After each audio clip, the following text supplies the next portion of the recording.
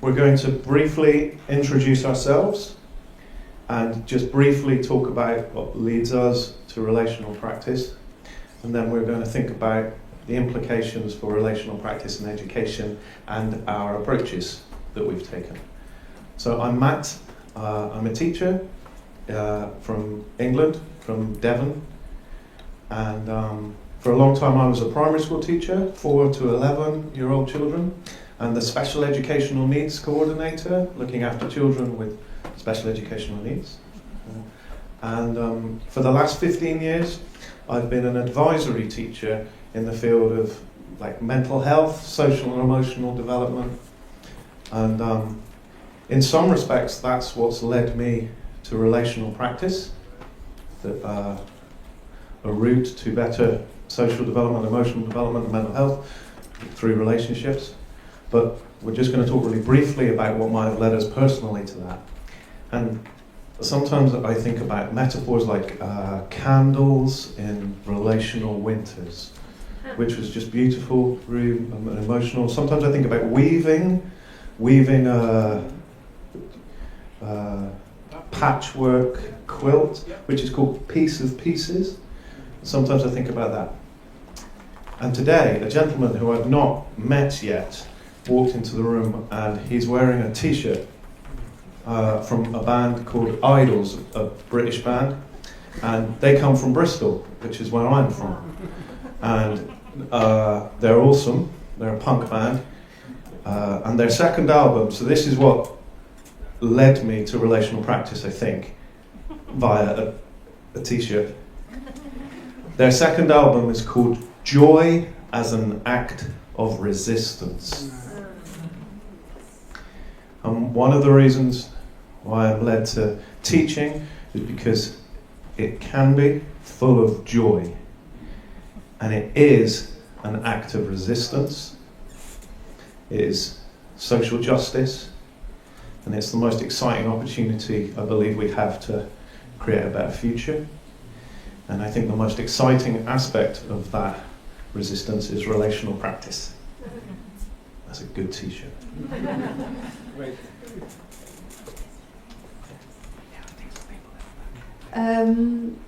Boa tarde a todos. Good afternoon to all of you. It's a pleasure to share this panel with all of you. I'm Marta. I'm here from Portugal. I think I know most of the Portuguese people who are here. I work in Relational Lab, obviously. I'm the coordinator of the Department of Innovation and Development. So I kind of touch every single area that we work on Relational Lab. There are a lot and big areas. And I'm a psychologist, a clinical psychologist. And so I'm not a teacher as you are. And I wanted to start by then because I think in the education system, even though we are not all teachers, of course, we were all students at some point of our life. And now recently in September I enrolled in my PhD, so I'm a student now again. So I think I will always be a student. And I think I was very privileged in my education to always have a system that supported me in the way that I needed, and had teachers that were caring and looked for us, and I felt really valued and really seen. But I acknowledge that during my process and during those years that I went to school, that was not the case for everybody. So, and while working in Relational Lab and having this opportunity to work with schools, especially in Sintra, but also in other places in Portugal, I see the importance of education, and I truly believe there is a system that can change the whole of the system. So I came to Relational Lab with this dream of doing something or having some way to put my hands at work and do something for the world that is very scary right now and polarized and fractured and so on. And I think if we are not doing that with education, we are failing for the next generations. So that's why every time I have to go and do some activity in Sintra or in Ponte Sor, Porto Alegre, etc., the places where we have relational education programs happening, I feel like that gives me purpose and that gives me joy. So that's it. I'll pass the word. Ok, boa tarde. My name is Mora del Fresno. I live in Barcelona. I work in Instituto Relacional, carrying out education projects that are great and that are a great excuse to be around schools, which I love learning from. And I think I got into relational education mainly because of many reasons, but now I can think of two. One is that I had the privilege to go to a very relational school, luckily. I had teachers who looked at me that I could speak my mind in the principal's office, you know. And I thought that was normal. And that helped me a lot as a person. And also because I acknowledged that I had grown up and I was born in a very unequal context. I was born and I grew up in Argentina, that's my country of origin. And I believed I was a very good student because I had the merit, because I was a good student. I did get good grades.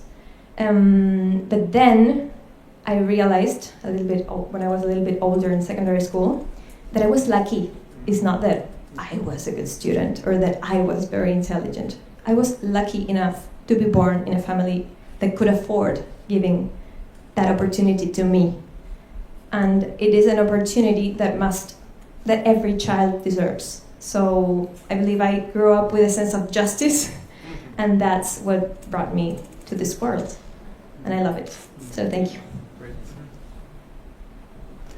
Thank you very much. Good afternoon. My name is Klaus. I'm from Oslo in Norway.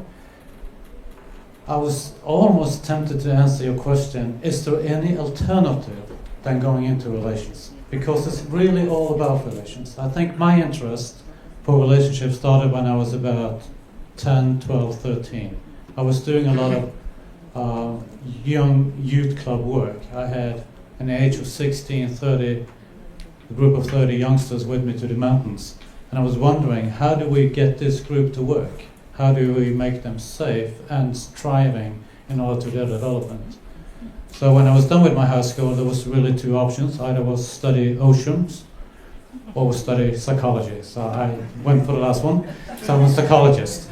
But I feel maybe more into sociology or social anthropology because I'm concerned about the large systems. So I will stop there and add on later on.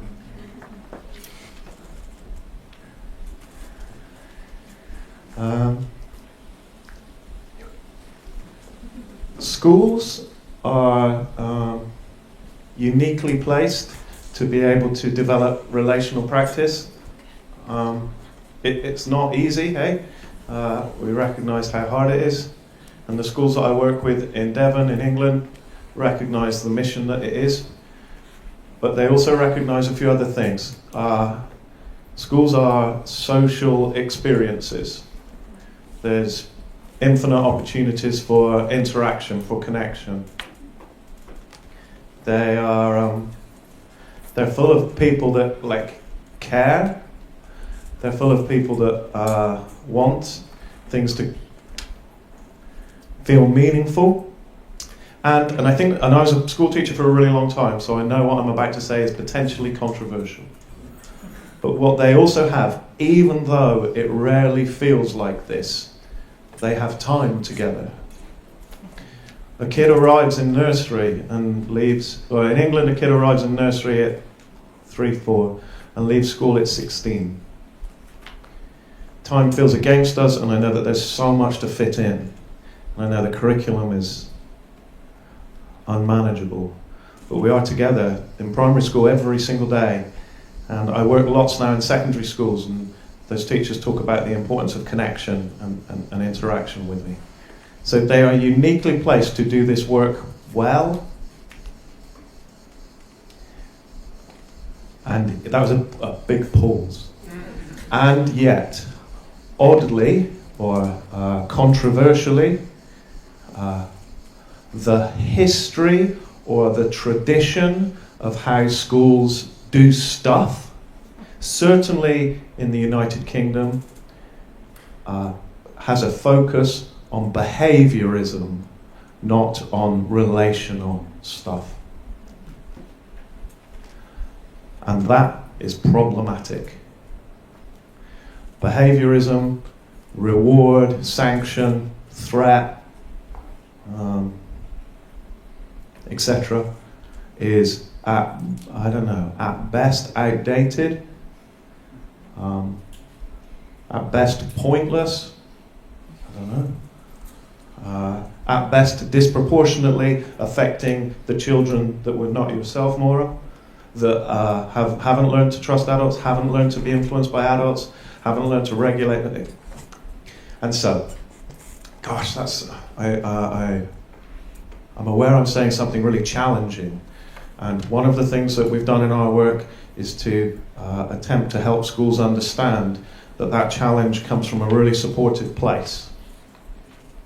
And so what we're going to do on our little panel is talk a little bit about a framework or a model to try to help people in school make a bit more sense of this stuff.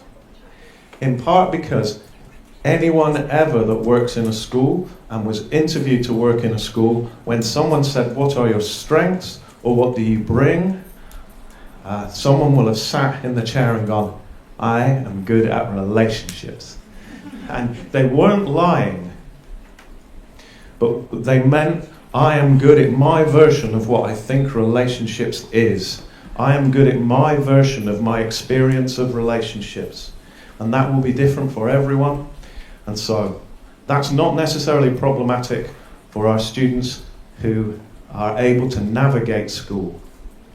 But it is really problematic for our students who struggle to navigate school because it becomes completely unpredictable in terms of the relational experiences and interactions they have.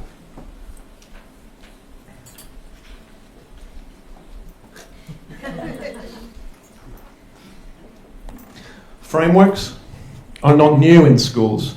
Interestingly, we have frameworks for all types of academic learning. How we're going to teach maths, progression in phonics, what area of rivers we will begin teaching, etc., etc. We're really used to frameworks and curriculums, and when I was teaching in year 5, I knew that if a child was struggling with this area of maths, it was because they didn't understand this area of maths, and there were books about it, and there were frameworks about it, and there were conversations about it. And in relational practice, we were just making it up as we were going along all of the time. And that seems a little bit mad.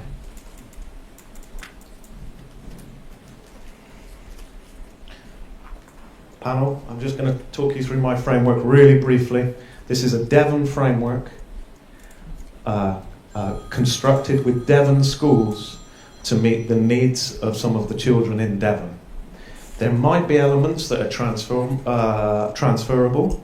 There might be elements that are not needed. There might be elements that need to evolve. There might be elements that need to be ignored. Framework number 1 has 3 parts. It invites schools to consider relationships in terms of the building of a community, relationships in terms of how we respond within our community when things feel wobbly or fizzy or difficult, and how we repair relationships in the aftermath of things going wrong, because they definitely will. It's one of the helpful predictabilities in school. Things will go wrong. So the first framework that we have suggests that we need to do some stuff to build and develop some relationships. We need to call upon our relationships to respond in a way that prioritizes relationships. And when things go wrong, we need to use our relational skills to repair relationships. That's it for the first slide bar. One more thing. My work in Devon is mainly for children in care, children who have been adopted or fostered because things haven't worked out for them. And for many of those children, they are unaware that the third part is a feature of secure relationships. So for some of our children, when the second bit happened, things bubbled or fizzed, relationships ended for them. So one of the key points in education is to understand that secure relationships will always have involved doing some of this rebuilding and repairing. Could I have the next slide, or shall I? It saved me pushing this, so thank you. Our model for this is only the second and indeed final model. Our second model, which invites us to consider how to be in relationship. For those people in the room that are not involved in schools, schools are obsessed with doing things. What are we going to do with that kid, that child? What are we going to do with year 5? This is a model to invite adults to consider how to be in relationship. There are 4 parts. The first is about how we enable children to feel safe in our school and in our company. This calls on work around attachment and work in terms of neuroscience around how people make people feel safe. The second part of our model is about developing a sense of belonging and togetherness through the experience of connection. We call upon the work of a psychologist who was called Colwyn Trevarthen, and he used to write extensively about the significance of connection, and going back to our Idols t-shirt at the start, he talks about the importance of playfulness and joy in bringing connection and belonging. And in England, in a number of schools, it's hard to find joy and playfulness at times. The third part of our model is about how adults are able to show understanding in their way of being, show curiosity in terms of behaviour, and to offer regulatory experiences to help children understand themselves. Protection, connection, understanding, and finally, care, which doesn't need a great deal of introduction. How children, all children, but particularly our most vulnerable children, need to feel cared for. This is not a set of instructions. It's not populated by top tips for protection, top tips for connection. It is a framework to support adults to reflect and consider, when I observe that child, or when I behave in that way, or when this is happening in my classroom, is this about difficulties with us feeling connected? Am I struggling to understand children? Does that child on the playground feel safe and protected? And this is our little model. And I want to underline something before asking the panel about their models or thoughts on this model, and that is, the model is not designed to dissect relationships to death. Dissecting the relationship is a lot like dissecting a frog. It's all very interesting, but essentially the frog dies.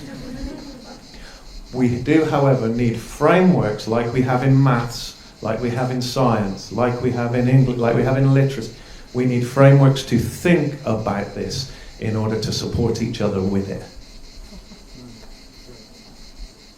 Thank you so much. Thank you, Matt. Your model is very interesting, so thank you for sharing.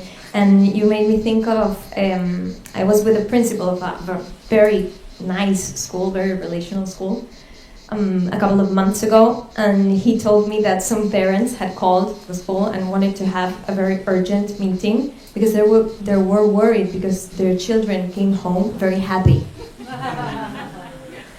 So imagine the belief, like going to school should be a very strict and not happy experience.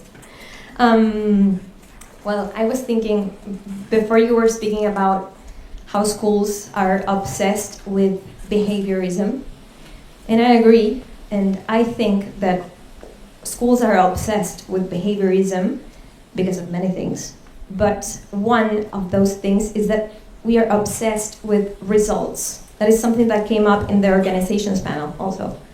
we are obsessed with grades, with results, and that puts pressure in the curriculum, puts pressure in the teachers that have to do right in this thing, so that parents can see that we're doing things. And I think that we should shift to being obsessed with learning more than exams and grades. And if we became obsessed with learning, then I'm sure we would change the relationship dynamic in school, because we would need it to change to have learning happening. And that leads me to the phrase that Rui was saying before, that we say a lot in Instituto Relacional, that is, I only learn when I'm acknowledged, when someone looks at me, when I'm recognized. And if not, I cannot learn. Or I can repeat things and get a 9 in a test, but that will not mean I'm learning something. So I think that that's very important, that we shift to a learning mindset more than grades and results mindset.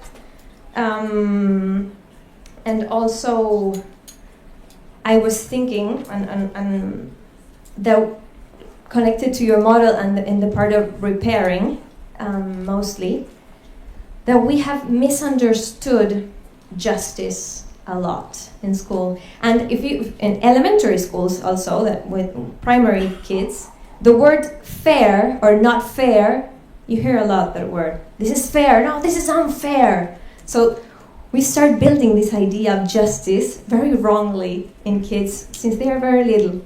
And this is very curious, because we misunderstand that justice is giving the same to everybody. Well, the same with tests, you know, we have the same tests for everybody. It doesn't matter where they come from, what they already know, what they don't know, etc. But it's easier to do that. It's easier to have this fair, not fair, and same for everybody, because, well, it's less work for the system, you know, because giving each one different things according to their needs is much more difficult, because you have to know who you're addressing. So I find that your model is very interesting in that way. And we at Instituto Relacional, in our model, we have 10 keys, and one of them is that educating, that the relationships in education are like dancing among limits and love, and you cannot do the same with everybody. And also, and last but not least, we also believe that passing or leaving behind protocols, we love protocols. Schools love protocols. We love to know, to predict, you know? Like if A happens, then B. If C, then D. But relationships cannot be protocolized, because we don't know. People are so different, so unique. I'm not saying the protocols are wrong. We have to have some, but we cannot base our relationships on protocols only.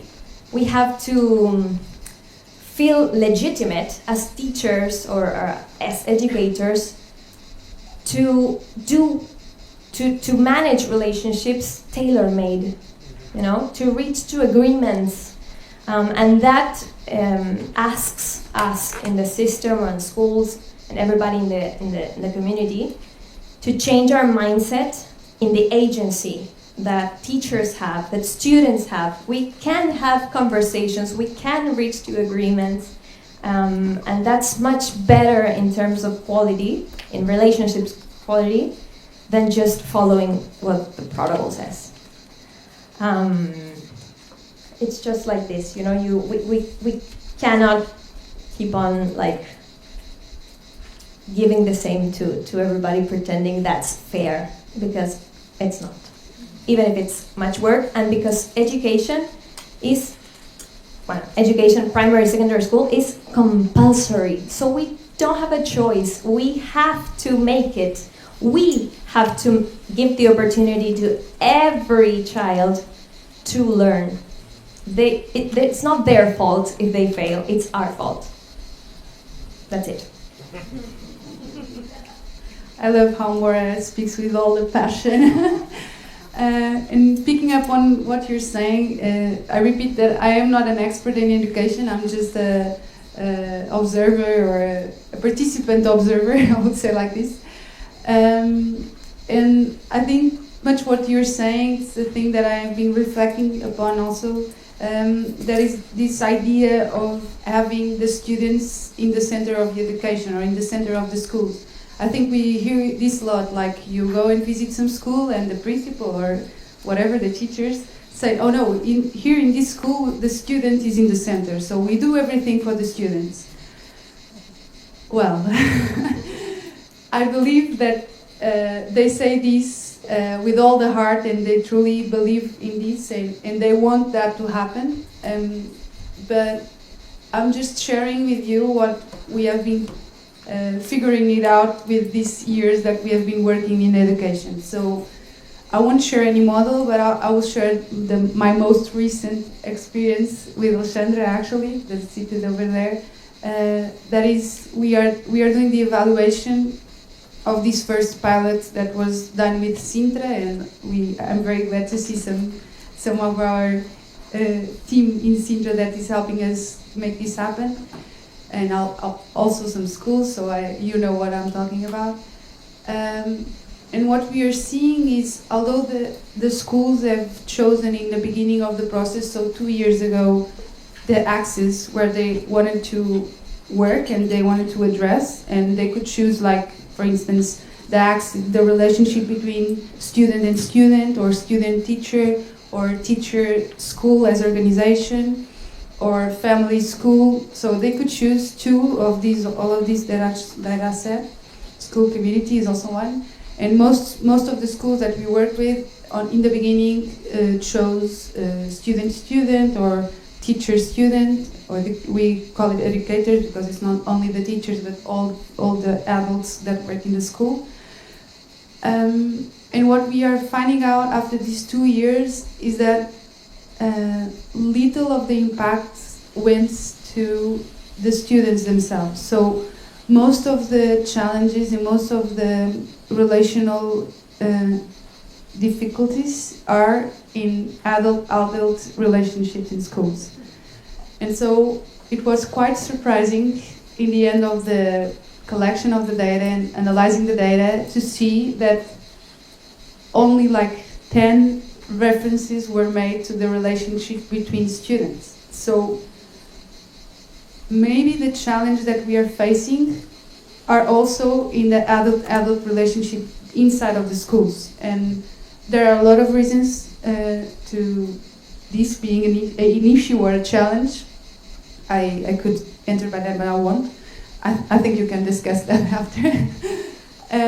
But it led me think, like, are we able to work and to put the student truly in the center of the education system when the relationships between the adults are not healthy, or people don't feel valued, people don't feel recognized on their works, they are tired, they have reasons to be. I'm not saying that they're not reasoned. I think they should be tired, they should be angry with some stuff that's going on, but we need to talk about this also. And this I don't know, maybe they are also forgetting that it is important to relate with one another. It's important to create relationship in between teachers, with psychologists, with social workers, with everyone that is in the school. That is truly a team, but I don't think it's working well as one, or at least the data don't show this kind of relationship going on as well as we would like them.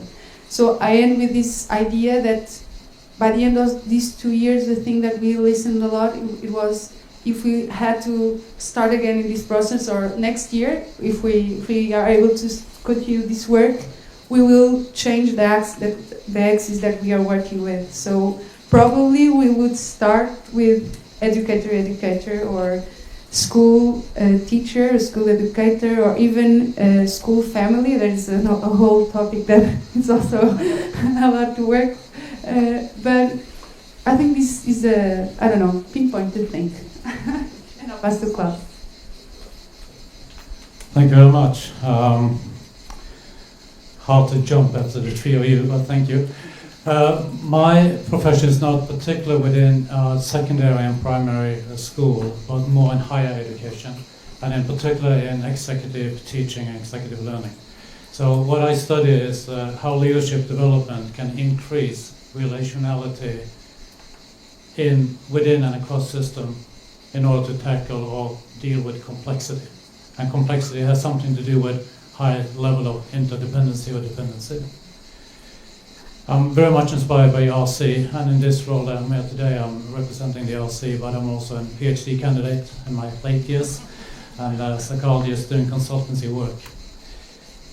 I believe that we as individuals and groups and organizations, we develop practices, and these practices are more or less automated. We do what we have done before, sometimes we question them. A study at Harvard a few years ago showed that if the students or managers had the choice between getting either 10 minutes time to reflect or some electrical current, if I pronounce that right, some pain, they chose the latter. More men than women would rather have pain for a few seconds or minutes than actually sit down and reflect. And that could be maybe hard to understand, but if we move into what is a reflexive practice, it would be a critical interrogation of our knowledge with a purpose of understanding both the emotions, cognition, and motivation that undergoes who we are and how we act is examined. So when listening to you, I was wondering, how can we teach or learn or develop leaders, executive, head of schools, workers, teachers, to continuously reflect on who they are, what they do, and how we act. And going back to the study, we did both for the pedagogical reason and also for research reason, we asked the students of a management program, executive program, to write reflection diaries throughout 10 months. So they wrote the reflection diaries, and they were also sharing the reflection in an action group, reflecting upon reflections. And what it showed after a while was, first, this can be trained. We can actually learn to sit down and reflect, not being disturbed by our cell phones or music or whatever, but actually to reflect, not only on what has happened, but that practice also enables us to reflect in action. Because when I'm in action, I need to be aware of myself, of you or the other person, and what happens between us. And that requires some capacity. I'm not sure which one, but probably all over. Some emotional capacity, some rational capacity. That can be trained, but we need a system to do that. A practice to practice this practice, so to speak.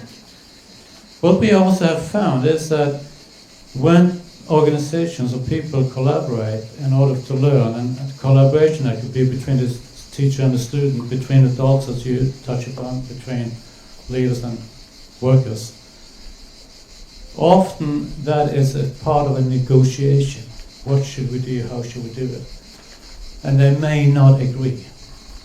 When the collective reflect afterwards, how was our meeting? How was our project? How was this process doing? Then they listen in a different way. And they seem to be reporting back, is that what you meant? Was this your perspective? So going into reflexive practices is very much showing the different perspectives for the purpose of learning.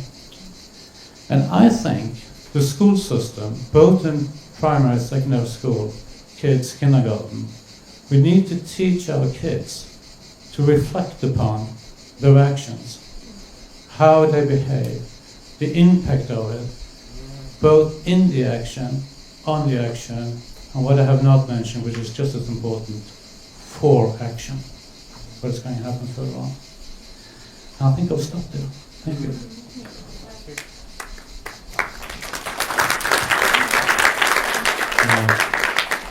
We just want to respond to one thing with Klaus, thinking about, in England at least, the most reflective practitioners, where most conversations are happening, which explore justice, which explore consequences, which explore our actions and their impact on others, is happening with the very, very youngest children in nursery and foundation stage. And then as they get older, they do that less and less and less and less, until they end up running the schools when there's no opportunity to do it whatsoever, and we should actually have electric shocks instead. So